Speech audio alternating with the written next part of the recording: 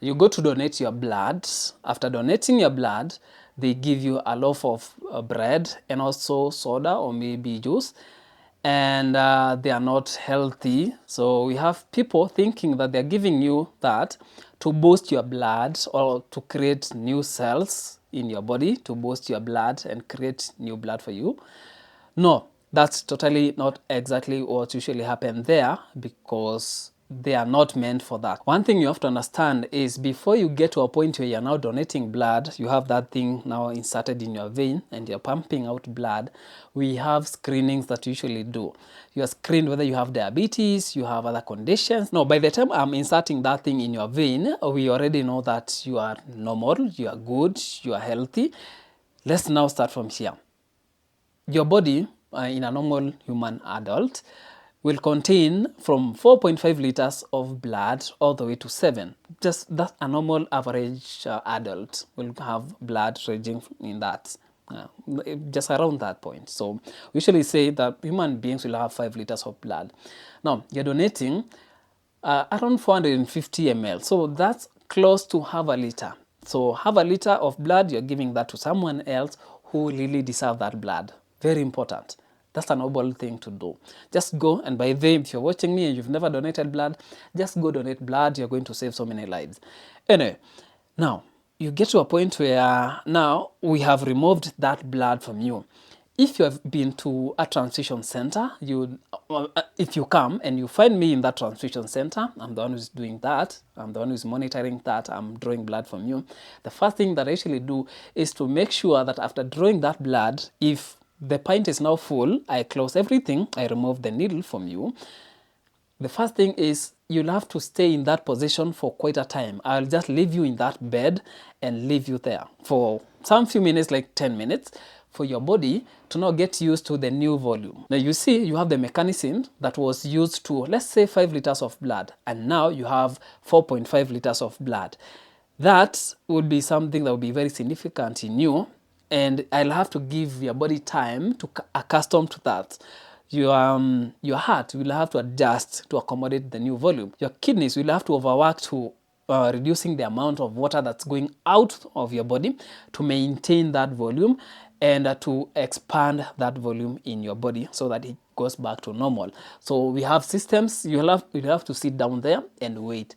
So the reason why we usually give you carbohydrates, the sugars, is because you see, this time after removing half a liter of blood from your system, the blood that you took out of you contained sugars that is essential in your body. So energy will be in that blood. It will just go together with that because I'm getting whole blood from your system. The reason why I'm giving you that is because I want to replenish what I removed from you. I'm not trying to in any way try to induce you into creating new blood cells. No, it's not the case. The case here is to provide you with energy that will be essential for you to bring back the blood that you already have. So that time, your body is not has not already adjusted, so I'm giving you energy for you at that moment. And I'm not worried at this point because I know you don't have diabetes or you are not overweight, you are not underweight. So at this point, you are totally okay. You can take that. Your body will be able to handle that. It's because I want to provide energy for you. If glucose is there, we can be able to give that. The reason why we actually don't give fruits, if they are available, we give them.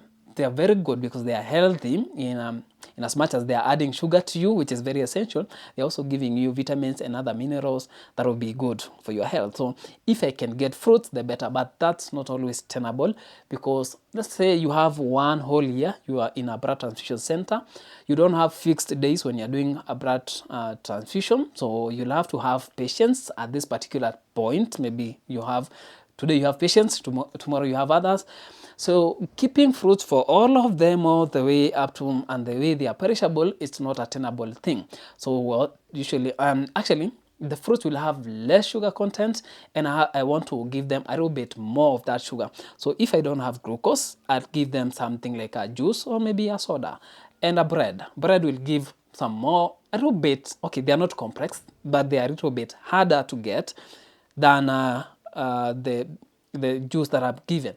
If I give you juice, because you already have fructose there, that fructose will go directly to your liver and start getting broken down to provide you with energy. It will be quick to act compared to when I give you that bread, because now it will take a little bit more time. So now this will take a little bit more time to give you that energy, so it will sustain you a little bit.